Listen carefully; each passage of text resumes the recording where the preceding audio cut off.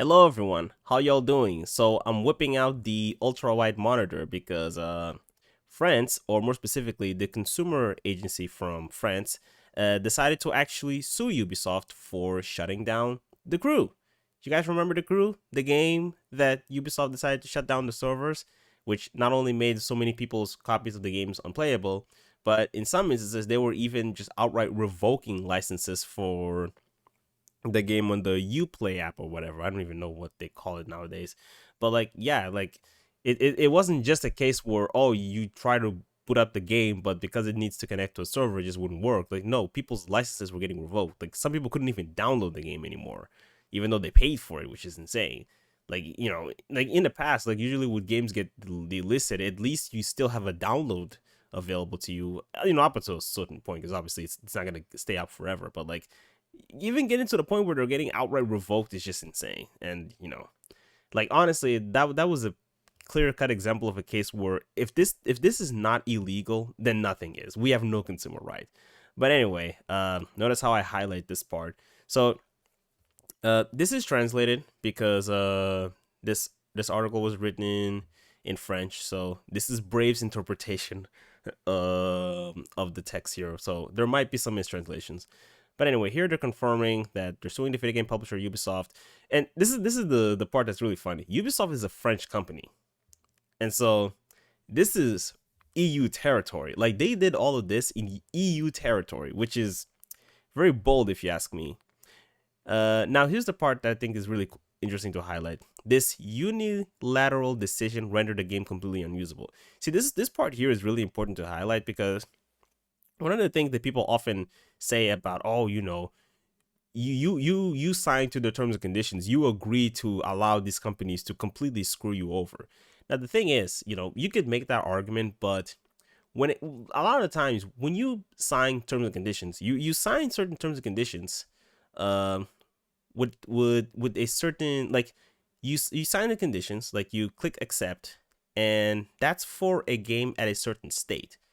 Afterwards, the games can just simply change the terms and conditions. They can alter the game to their own liking, and a lot of the times they do so regardless of whether or not the other party of the contract likes that decision or not. So it's completely unilateral. Like there's no agency on the part of the consumer that who's part of the contract signature, which is completely unfair. Like if only one party is allowed to make any changes, then that is an unfair deal. So this is one angle of this whole stop killing games thing that I think people need to highlight, is the fact that how can both parties are signing a contract, but it swings more towards one side over the other. Like that's not a fair deal. Like that should be illegal, and I'm fairly certain it is illegal. Like it's literally illegal here in the European Union, and it might even be illegal in other countries, but I wouldn't be able to know.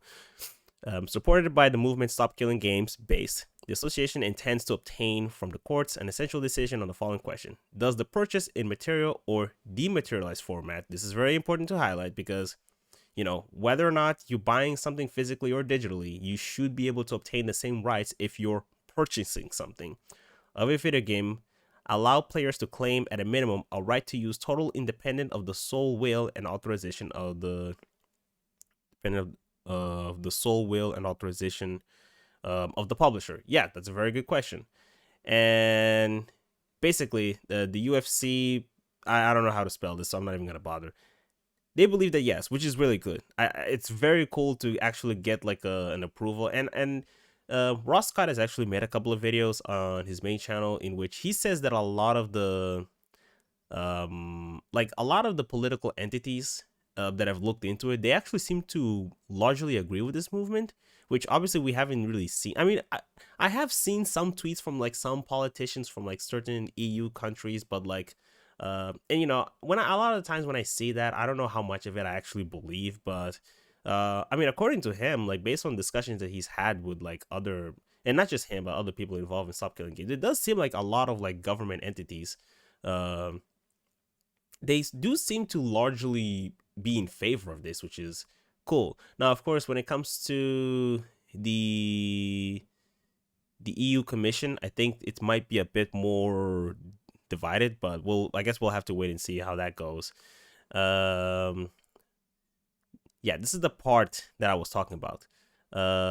UFC-Que Choisir, I'm sorry, I don't know how to pronounce that, believes that by brutally depriving players of all access to the crew, Ubisoft has violated essential consumer rights. Yes, indeed, it is unacceptable that Ubisoft considers, in its general conditions, the player only acquire a simple user license for the game, which would then be revocable at any time by the publisher. The legality of all clauses limiting players' rights must be questioned.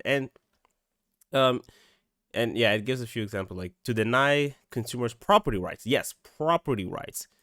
Property rights are something that are granted to you. Like, and this is another thing that I think is very important to note is that uh, a lot of the times when people talk about like, oh, you're not buying a game, you're buying a license. It's like, yes, we know we're buying a license. We've been buying licenses for years. Like, we've never owned intellectual rights of any IP whenever we buy. Like, this isn't like a new concept. Like, this has been a concept ever since we've been buying consumables for a very long time. Like, when you buy, well, more specifically of entertainment media, when you buy movies, when you buy DVDs, you buy books, like, you're buying licenses to read them. Like, you don't own the IP. Like, you don't own, like when you buy Fantastic Four 2005, the DVD, you don't own Fantastic Four. You don't own any of the intellectual rights. Like, that's on the part of Fox and everyone else involved, and Marvel, whatever. However, you do have property rights, meaning you bought something, you exchanged money. Meanwhile, that is considered your property. The IP is not owned by you, but the actual good that you bought that allows you to consume that comes with a license for you to consume that is yours. That is granted you. It's part of property rights, and property rights is not even something that's exclusively an EU thing. It's something that applies to like a lot of countries. It's just that, especially in the United States, it seems like, I don't know, they seem to be a lot more favorable towards unfair terms and conditions. But like, property rights is a very basic thing that people have, and so it doesn't make sense for why with digital games like this the concept of property rights just doesn't exist. It shouldn't really be that way. To withdraw all access to the game without guarantee of maintaining an alternative mode of operation for consumers. And yes, exactly. Like, at the end of the day, it's not about whether or not, like, we understand that game servers eventually will shut down. And personally speaking, like, I don't care if, like, I don't really care if servers get shut down.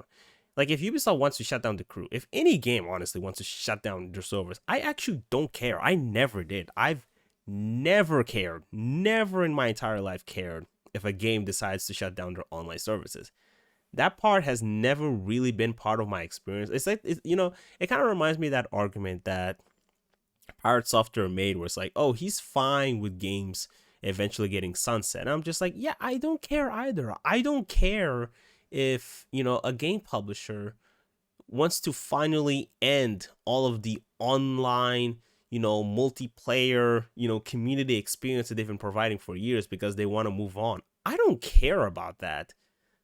I do, however, care if by doing that the game is unplayable. That part I 100% care because people paid money for it.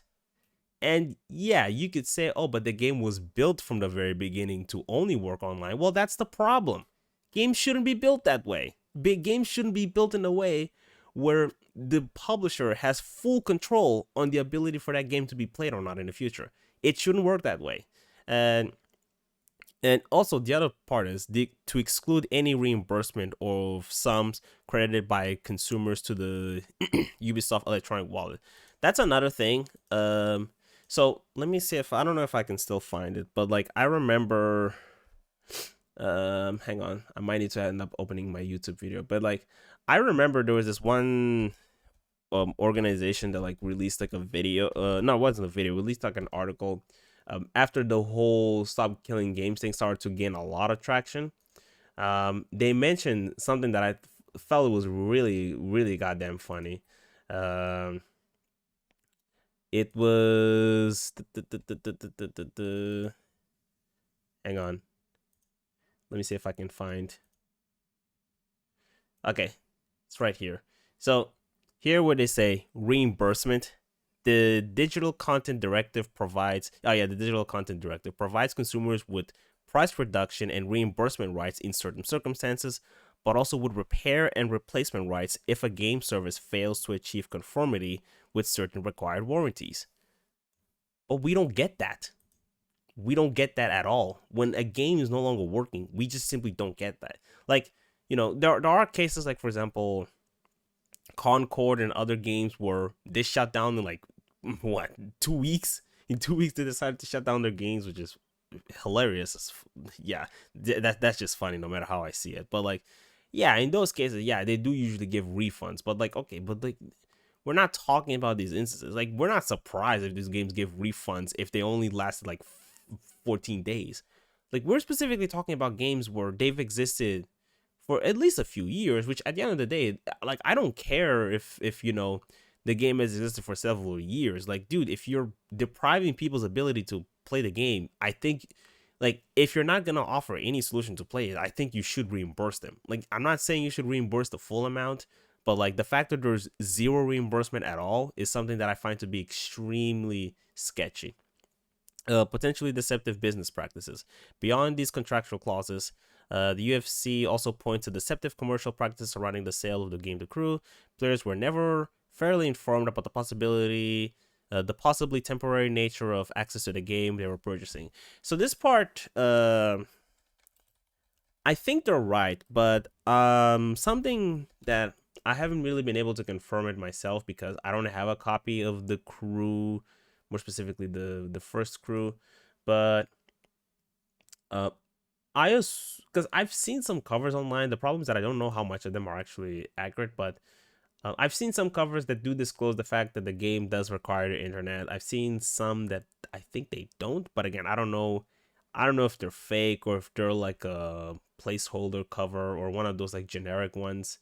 Like, for example, the Amazon listings. Like, uh, I mean, it's kind of insane that this is still being sold.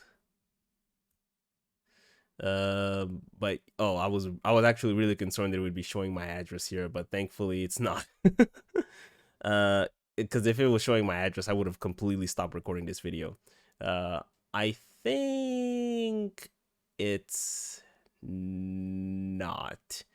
Anyway, this cover here doesn't show that it requires the internet. Now, of course, I don't know why this is even being sold in the first place. Like, the game is literally unplayable. But yeah, and to be fair, like, I don't know how much of this you really want to blame Ubisoft necessarily, but like, yeah, if someone buys this, they're not really disclose the fact that the game is essentially unplayable. Now, again, is this something that you can blame Ubisoft for? I'm not entirely sure. I'll let the courts decide. But anyway, that is something, and to be honest with you, like, I do think that a lot of people, generally speaking, when they buy games, they're not really aware of the fact that the game is essentially a brick once there's no internet connection. I think a lot of people either they don't know or they don't really think about that. And is there an argument to be made for why there should be more transparency? Yeah, I do think so. I do think that if you are going to make a game essentially unplayable without any internet connection, that should be more emphasized. Like, kind of like one of those like um tobacco packs that you buy where they show like absolutely horrifying images on the cover to show you, hey, this is what's gonna happen if you consume this. Like, yeah, I think there should be more transparency, more aggressive transparency when it comes to that. Now, of course, I don't necessarily think that that's the ultimate solution. I don't think like transparency should exist, but I also think that this should just not be a thing at all. But yeah, I think maybe there should be more transparency when it comes to that.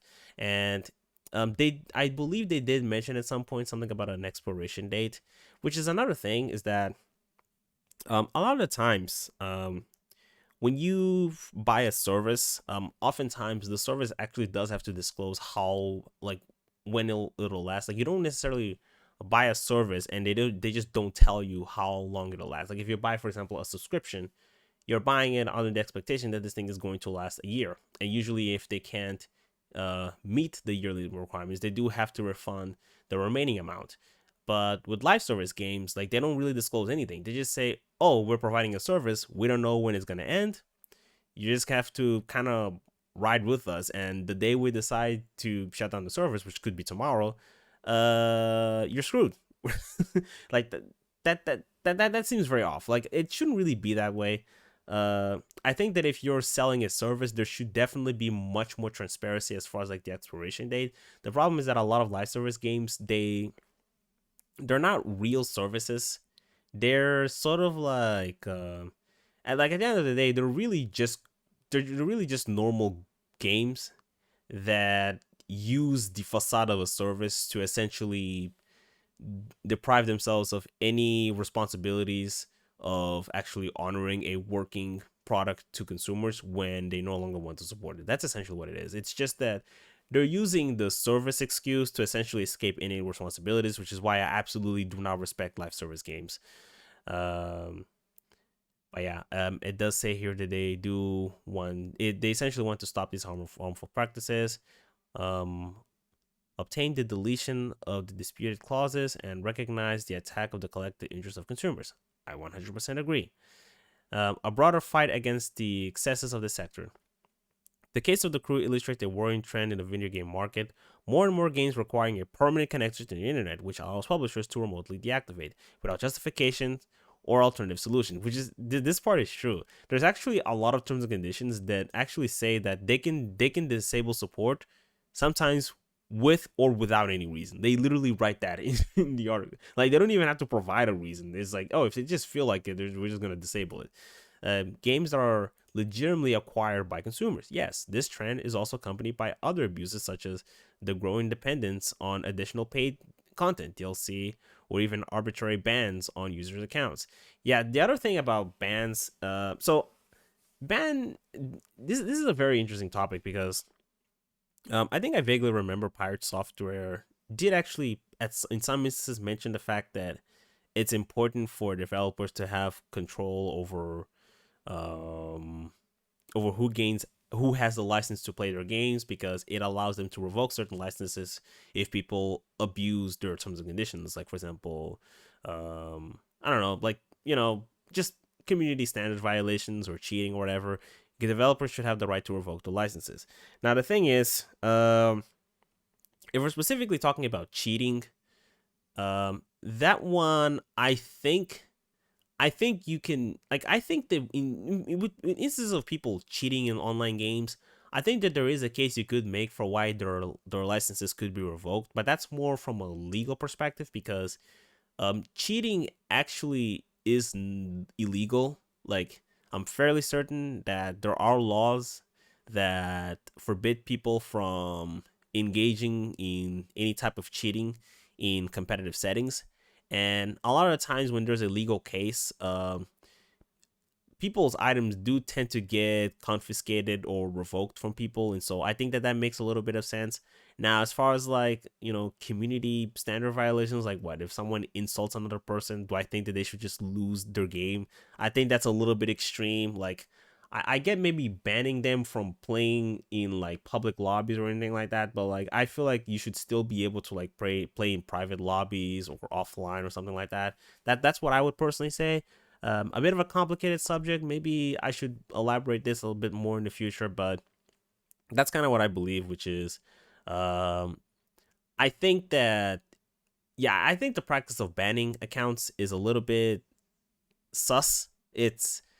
I think there's some nuance to it, but honestly, I feel like a lot of times people don't really give sympathy for people to get banned because they're usually like, oh, but you deserve that. You acted like an idiot. It's like, okay, but like you can act like an idiot, but like it's one thing if you're getting banned from like community.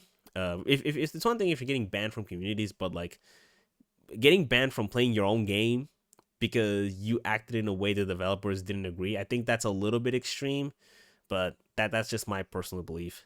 Uh, and the other thing is, they mentioned here a broader fight against the excesses of the sector. And to be honest with you, I would actually say this isn't just about video games. Now, granted, in this case, it is about video games, but at the end of the day, this is an issue that's you know expanding to other markets. Like a lot of cars, for example, are having online dependencies. as insane as that sounds, yes, a lot of cars, fridges, TVs. Like there are some people that had brick TVs because they had to sign a new EULA that apparently had like a you know that thing, I forgot the exact term, but it's that thing where by signing something you're essentially depriving yourself of the right to engage in like a class action lawsuit or something like that. uh, and not everyone wants to agree with that, but like if you didn't agree that you couldn't use your TV, which is insane. like if that happened to me, I would probably just outright return that thing to the store. I would be like, dude, I don't want to sign. I didn't agree with this when I bought this TV. I want a refund. Like I would probably do that. I'm gonna be honest with you, but I don't know if they would accept that because I don't know exactly how they cover warranties when it comes to legal contracts from third party vendors. That part I'm not entirely sure, but yeah, like this isn't something that's just affecting video games. This is affecting a lot of sectors of the computer market, and so this is a growing trend, and it is something that should be looked into very carefully because your rights as a consumer is becoming more and more attacked, and so yeah, I definitely do think that this should be taken very very seriously. But yeah, props to France. I'll give them credit for this at least. They're doing something right. I mean, I feel like they had to because, like, again, Ubisoft is a French company, and so it didn't take any accountability for what for what their people are doing to other people. Then, yeah, it would kind of look bad. But yeah, I'm very glad. I'm very glad to see this, and I'm. It's probably gonna take several years before well, I don't know if it'll take several years before this goes to court, but it's certainly going to take several years for this entire lawsuit to essentially end. And it could go either way. I wouldn't be able to know exactly which way it'll go, but if I had to guess, Ubisoft is probably gonna try to settle this in some way or another.